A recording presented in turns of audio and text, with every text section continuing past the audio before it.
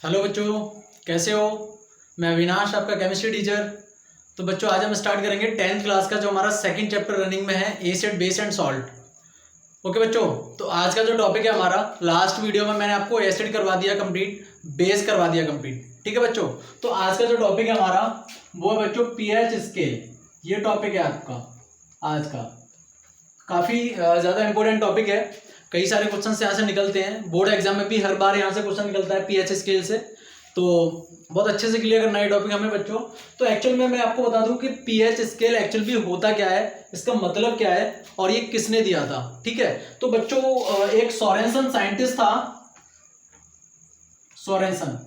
Okay बच्चों, ये Sweden scientist था या डेनिश केमिस्ट। तो इसने 1909 में, ओके बच्चों, 1909 में एक स्केल दिया था जिसको हम बोलते हैं पीएच स्केल। अब एक्चुअल में पीएच का मतलब क्या होता है? देखो, पीएच का पूरा मतलब होता है potential of hydrogen, potential of hydrogen, ये होता है इसका पूरा मतलब। ओके बच्चों, पीएच, पीएच का पूरा मतलब क्या होता है? Potential of hydrogen. ठीक, ये सोरेनसन साइंटिस्ट था जिसने 1909 में ये स्केल दिया था। और ये स्केल जो था, मैं यहाँ पे एक बार ड्रॉ कर देता हूं। अब कैसे था ये, मान लो एक स्केल है ये, और इस स्केल में उसने जो पॉइंट्स रखे वो 14 पॉइंट्स थे बच्चों। ठीक है, अब जैसे यहाँ पे आपका हो गया, इधर से हम स्टार्ट करते हैं 1 2 3 4 5 6 और देन यहाँ पे हो गया ये आपका 7। उसके बाद यहाँ से होता है 8 9 10 11 12 13 देन 14। ये एक स्केल बन गया। ये देखो 7, आप देख रहे हो सर ने 7 इतना बड़ा क्यों लिखा है, तो उसका रीजन मैं आपको भी बताऊंगा। अब देखो 1 से लेके 14, यहाँ पे चाहो तो आप 0 भी मेंशन कर सकते हो, कोई इशू नहीं है। ठीक है, बट 14 तक ये स्केल था, एक स्केल जिसमें 14 तक नंबर थे। क्लियर बच्चों? तो ये साइंटिस्ट था सोरेनसन, इसने क्या बताया, ये एक्चुअल में पीएच स्केल हम यूज कहाँ करते हैं। देखो, मैंने आपको इंडिकेटर्स बताए थे इस चैप्टर में, जब फर्स्ट वीडियो मैंने बनाई थी तो मैंने आपको इंडिकेटर्स बताए थे। इंडिकेटर्स जैसे उसमें मोस्ट कॉमन इंडिकेटर है आपका लिटमस।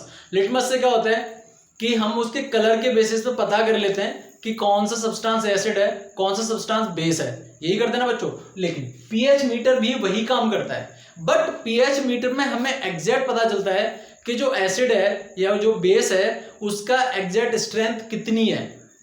क्लियर बच्चों?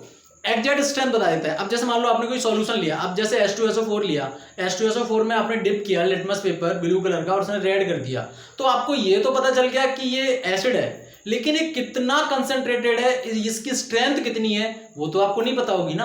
आपको तो सिर्फ इतना पता होगा कि ये बाई नेचर एसिड है, बट कितना एसिड है। एसिड कई तरह के होते हैं, वीक एसिड भी होते हैं, मैंने आपको बताया था, स्ट्रॉन्ग एसिड भी होते हैं। तो ये हमें आइडेंटिफाई करना हो तो हम लिटमस पेपर से नहीं कर सकते। इसके लिए बच्चों में जरूरत पड़ेगी पीएच स्केल की, उससे हमें एग्जैक्ट वैल्यू मिल जाती है कि कोई भी एसिड है वो स्ट्रॉन्ग है तो कितना स्ट्रॉन्ग है, वीक है तो कितना वीक है, अगर कोई भी बेस है तो वो स्ट्रॉन्ग है या वीक है।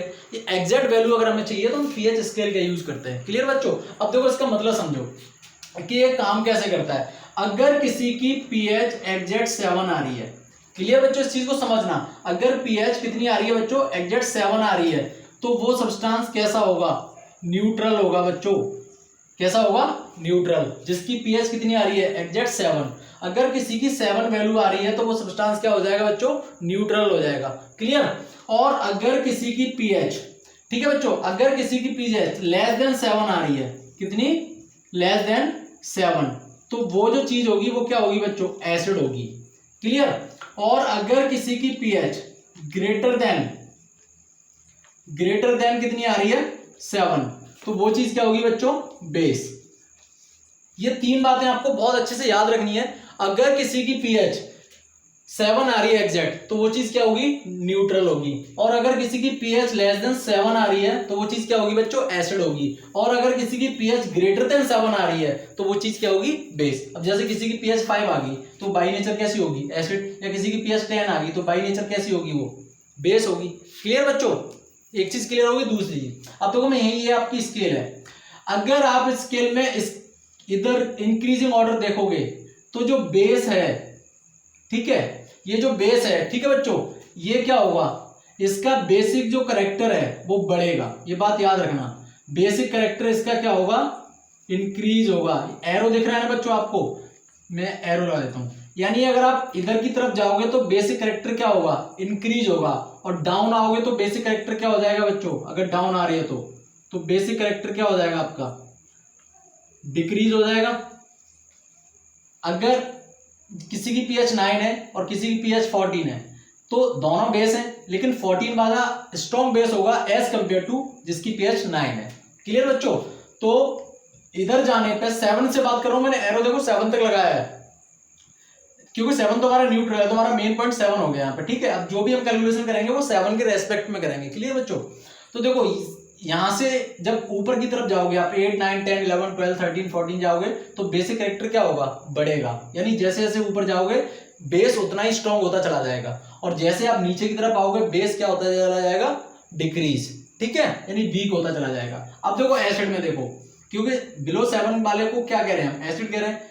तो एसिड में जब आप डाउन की तरफ आओगे तो ये जो एसिडिक कैरेक्टर होगा इसका, एसिडिक कैरेक्टर वो क्या होगा बच्चों, इंक्रीज हो जाएगा। और ऊपर की तरफ जाने पे एसिडिक कैरेक्टर क्या होगा बच्चों, एसिडिक कैरेक्टर डिक्रीज हो जाएगा। ये चीज समझो अच्छे से।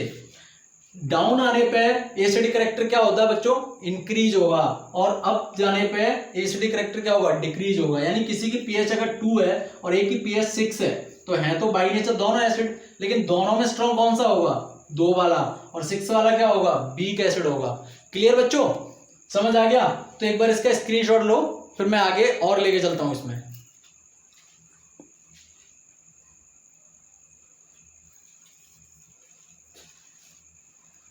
ले लिया, वेरी गुड। अब देखो मैं इसको रफ करता हूं, मैं एग्जैक्ट आपको बता देता हूं कि स्ट्रॉन्ग और वीक भी मैं आपको लिखा देता हूं यहां पे। अब देखो एक तरफ हम लिखेंगे एसिड और एक तरफ लिखेंगे हम बेस। क्लियर बच्चों। तो देखो अगर किसी की पीएच कितनी है, 0 से लेके 3 तक है, 0 से 3, तो वो होगा तो एसिड। अभी हम सारा एसिड ही लिख रहे हैं बच्चों, इधर एसिड और इधर हम लिखेंगे बेस के बारे में। क्लियर बच्चों। अगर किसी की पीएच 0 से 3 के बीच में है, 0 to 3, तो वो कैसा एसिड होगा, स्ट्रॉन्ग। क्लियर बच्चों। अगर किसी भी एसिड की मतलब कोई भी सॉल्यूशन है उसकी पीएच कितनी है, 0 to 3, तो होगा तो एसिड, लेकिन कैसा एसिड होगा, वो स्ट्रॉन्ग एसिड होगा बच्चों। ठीक।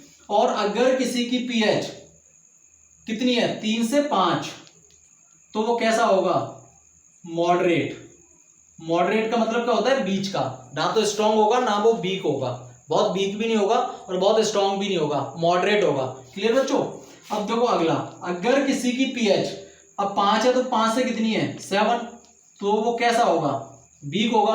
तो यही चीज निकल के आ रही है, जो चीज मैंने यहां आपको बताई है वही चीज यहां हो रही है। अगर किसी की पीएच 0 to 3 होती है तो वो कैसा होता है, स्ट्रॉन्ग एसिड होता है बच्चों। अगर किसी की पीएच 3 to 5 होती है तो वो एसिड कैसा होगा, मॉडरेट होगा। और अगर किसी की पीएच 5 to 7 है तो वो एसिड कैसा होगा बच्चों, वीक एसिड होगा। क्लियर। तो ये मैंने बिल्कुल, अभी तो मैंने आपको ब्रीफ बताया था, अब मैंने आपको डिटेल में बता दिया पीएच वैल्यू के साथ, कौन स्ट्रॉन्ग होगा, कौन मॉडरेट होगा, कौन वीक होगा। क्लियर। अब सेम चीज हम पता कर लेते हैं किसमें, बेस में पता कर लेते हैं। तो देखो जिसकी 7 to 9 यानी पीएच कितनी है, 7 to 9 पीएच जिसकी होगी वो कैसा हो जाएगा बच्चों। अब देखो इसका उल्टा करना है, क्योंकि ऊपर जाने पे एसिडिक बेसिक कैरेक्टर क्या हो रहा है, बढ़ रहा है, और इधर आने पे क्या हो रहा है, कम। तो देखो इसका उल्टा करो, जिसकी पीएच 7 to 9 होगी वो बेस कैसा होगा बच्चों, वीक होगा। यही तो होगा ना, ऊपर जाने पे बढ़ रहा है ना कैरेक्टर, नीचे आने पे तो कम हो रहा है, तो 7 से 9 के बीच में होगी वो कैसा होगा, बेस, वीक बेस होगा। क्लियर बच्चों। और अगर किसी की वैल्यू कितनी है, 9 to 12, 9 to 12, तो वो कैसा होगा बच्चों, मॉडरेट होगा। कैसा हो जाएगा वो, मॉडरेट, यानी ना तो वीक होगा और ना वो स्ट्रॉन्ग होगा।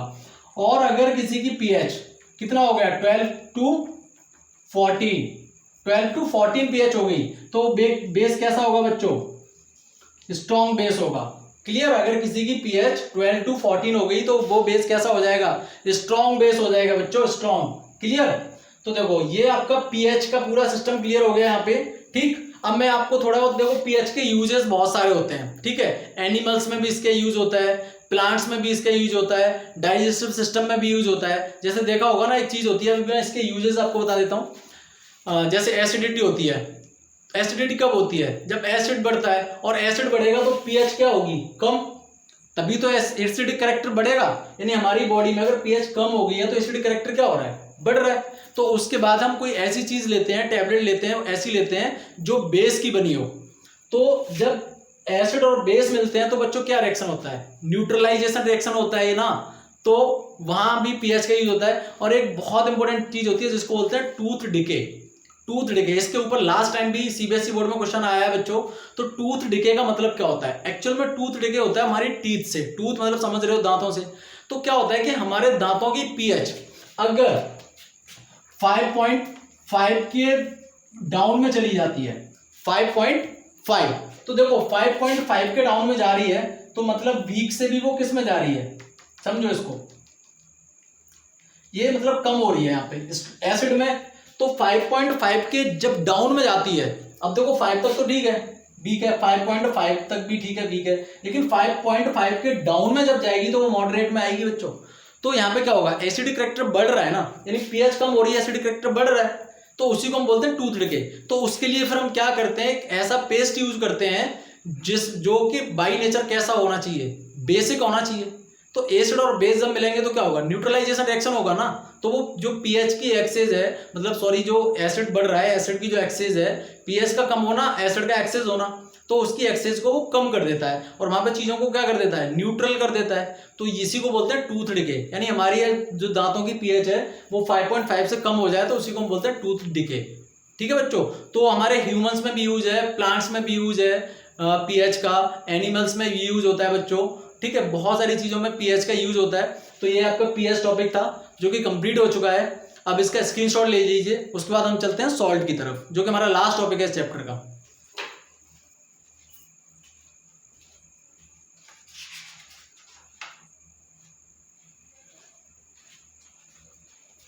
ओके बच्चों, अब मैं इसको रफ करता हूं।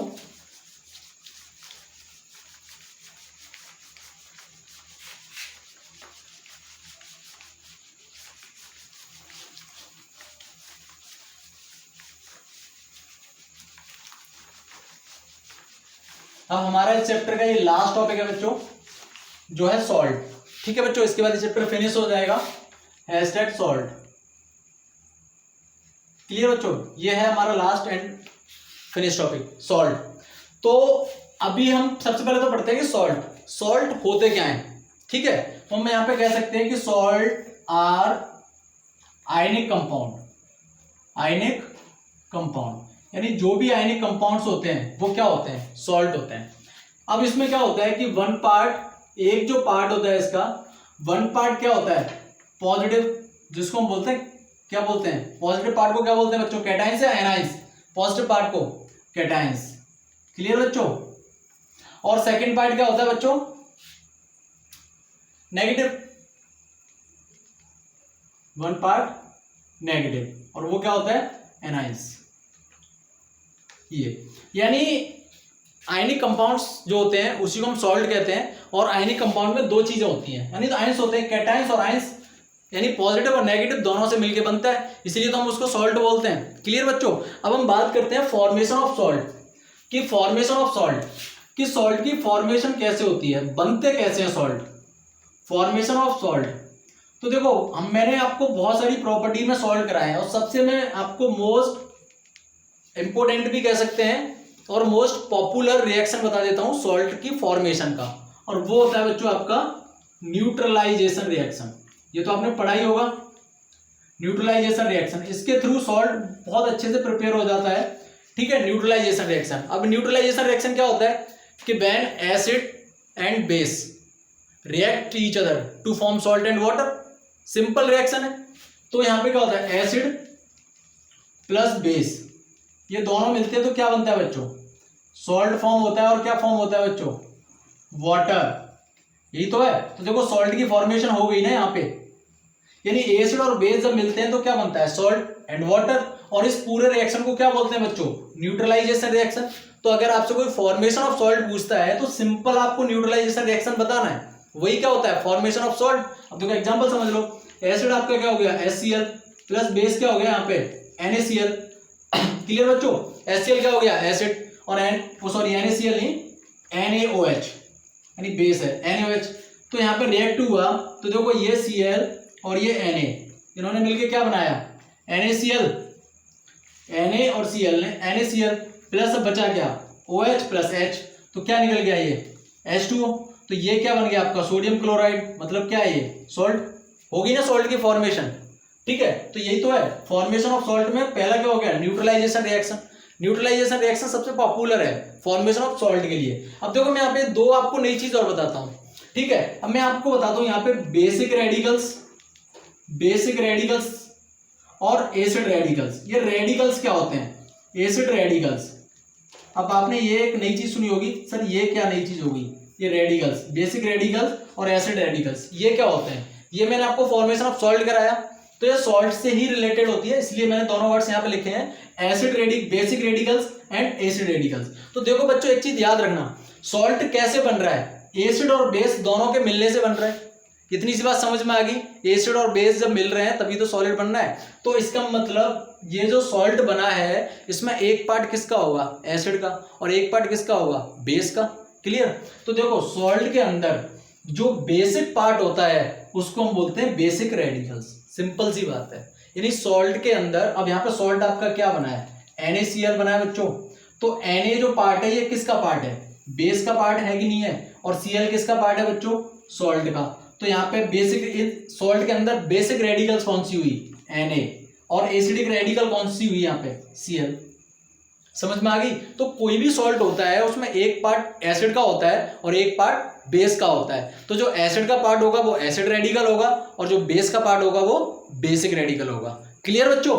तो ये फॉर्मेशन ऑफ सॉल्ट भी हो गया, जिसमें पहला मैंने आपको करा दिया न्यूट्रलाइजेशन रिएक्शन। इसका स्क्रीनशॉट ले लो, उसके बाद हम सेकंड रिएक्शन की तरफ चलते हैं बच्चों।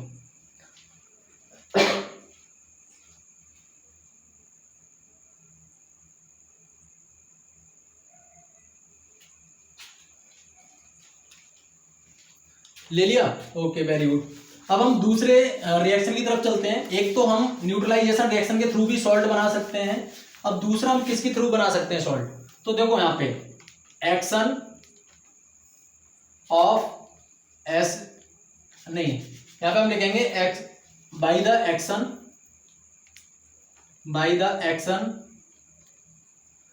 Action of metal on acid. ये अगर किसी भी मेटल का एसिड पे एक्शन कराया जाए, यानी मेटल को एसिड के साथ रिएक्ट कराया जाए, उस केस में भी हम सॉल्ट बना सकते हैं। कैसे, अब जैसे ये आपका Zn है, ये क्या होता है जिंक मेटल होता है। ठीक है, यानी मैं ओवरऑल लिख देता हूं पहले तो यहाँ पे कि मेटल प्लस एसिड अगर हम ये कर लें तो देखो यहाँ पे क्या बनेगा, एक तो आपको सॉल्ट मिलेगा प्लस हाइड्रोजन गैस भी निकलेगी यहाँ से। ये बात याद रखना, मेटल का किसी भी एसिड के साथ जब रिएक्शन कराओगे तो सॉल्ट तो बनेगा, उसके साथ साथ हाइड्रोजन गैस भी इवॉल्व होगी। ठीक, अब कैसे समझो, यहाँ पे मेटल जैसे आपका Zn हो गया प्लस आपने एसिड ले लिया यहाँ पे H2SO4। क्लियर बच्चों, Zn प्लस H2SO4। तो देखो यहाँ पे क्या होगा ZnSO4 और प्लस यहाँ पे क्या निकलेगा हाइड्रोजन गैस। तो ये क्या बन गया जिंक सल्फेट बन गया, और ये क्या होता है आपका सॉल्ट ही तो होता है। तो फॉर्मेशन ऑफ सॉल्ट में सेकंड पॉइंट भी आपका हो गया by the action of metal on acid. ठीक है, अगर मेटल को एसिड के साथ रिएक्ट कराओगे तो हाइड्रोजन गैस इवॉल्व होगी और उसके साथ क्या बनेगा आपका सॉल्ट। तो हो गया ना फॉर्मेशन ऑफ सॉल्ट। तो इसके थ्रू भी आप सॉल्ट की फॉर्मेशन कर सकते हो, सॉल्ट को बना सकते हो। ये दूसरा पॉइंट हो गया। ओके बच्चों, इसका भी स्क्रीनशॉट लो। तीसरे पॉइंट की तरफ चलते हैं।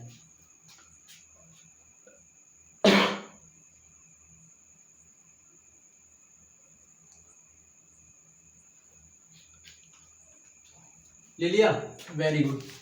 अब देखो तीसरा, अगर आप मेटल, ये तीसरा पॉइंट है इसका, मेटल का रिएक्शन आप बाइकार्बोनेट ओके बच्चों, या फिर कार्बोनेट, इसके साथ भी करा दोगे। मेटल का रिएक्शन किसी भी कार्बोनेट नहीं, सॉरी ये मेटल का इसके साथ नहीं कराएंगे हम, यहां पे हम कराएंगे एसिड रिएक्ट विद कार्बोनेट या फिर बाइकार्बोनेट। ओके बच्चों, कार्बोनेट या फिर बाइकार्बोनेट, यानी किसी भी एसिड का रिएक्शन अगर कार्बोनेट या बाइकार्बोनेट के साथ कराओगे तब भी आपको सॉल्ट मिल जाएगा, लेकिन उसके साथ साथ वहां पे water plus carbon dioxide gas भी रिलीज होगी। ठीक है, यानी यहाँ पे आप देख सकते हो, जैसे मान लो एसिड की बात करूं मैं, HCl लिया आपने, प्लस बाइकार्बोनेट की बात करो तो NaHCO3। अब ये क्या, सोडियम बाइकार्बोनेट है ना, तो बाइकार्बोनेट का रिएक्शन किसके साथ करा रहे हो, एसिड के साथ, इस केस में भी आपको सॉल्ट मिल जाएगा, लेकिन उसके साथ साथ water plus carbon dioxide gas भी मिलेगी। अब देखो Na है और Cl है, तो इतना पार्ट तो क्या बन गया यहाँ पे, NaCl। अब प्लस क्या बचा, देखो यहाँ पे एक Ha है और एक Ha है और 3 O है, तो H2O बन जाएगा आराम से। अब क्या बचा, 2 O और एक C बची, तो प्लस क्या बचा, ये CO2। तो देखो NaCl क्या हो गया, सॉल्ट, H2O और प्लस आपका ये क्या हो गया, CO2 गैस। तो यहां भी सॉल्ट मिल गया आपको। ये तीसरा पॉइंट हो गया फॉर्मेशन ऑफ सॉल्ट का। क्लियर बच्चों, इसका स्क्रीनशॉट लो, अगले पॉइंट की तरफ चलते हैं।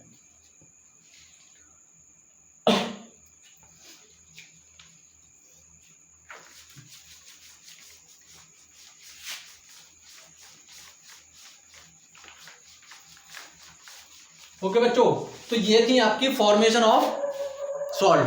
क्लियर बच्चों, कि किस किस कौन कौन से स्टेप से हम बना सकते हैं सॉल्ट को। तो पहला स्टेप था आपका न्यूट्रलाइजेशन रिएक्शन, दूसरा स्टेप था by the action of metal on acid, और तीसरा था acid react with carbonate and bicarbonate. तो ये 3 स्टेप थे जिसके थ्रू आप सॉल्ट को प्रिपेयर कर सकते हो, सॉल्ट का फॉर्मेशन कर सकते हो। ओके बच्चों,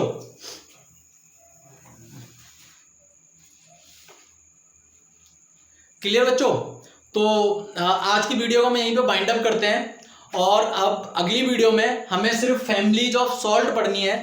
ठीक है, जिसमें हम कई सारे कंपाउंड्स के बारे में पढ़ेंगे, उसके बाद ये चैप्टर हमारा फिनिश हो जाएगा। ओके बच्चों, तो इस वीडियो को लाइक करो, शेयर करो, चैनल को सब्सक्राइब करो, और उन बच्चों को जरूर फॉरवर्ड करो जो कोचिंग एफर्ट नहीं कर पाते बच्चों। Okay, so don't lose our hope, keep hard working. Okay, bye bye, be happy, stay tuned. Okay.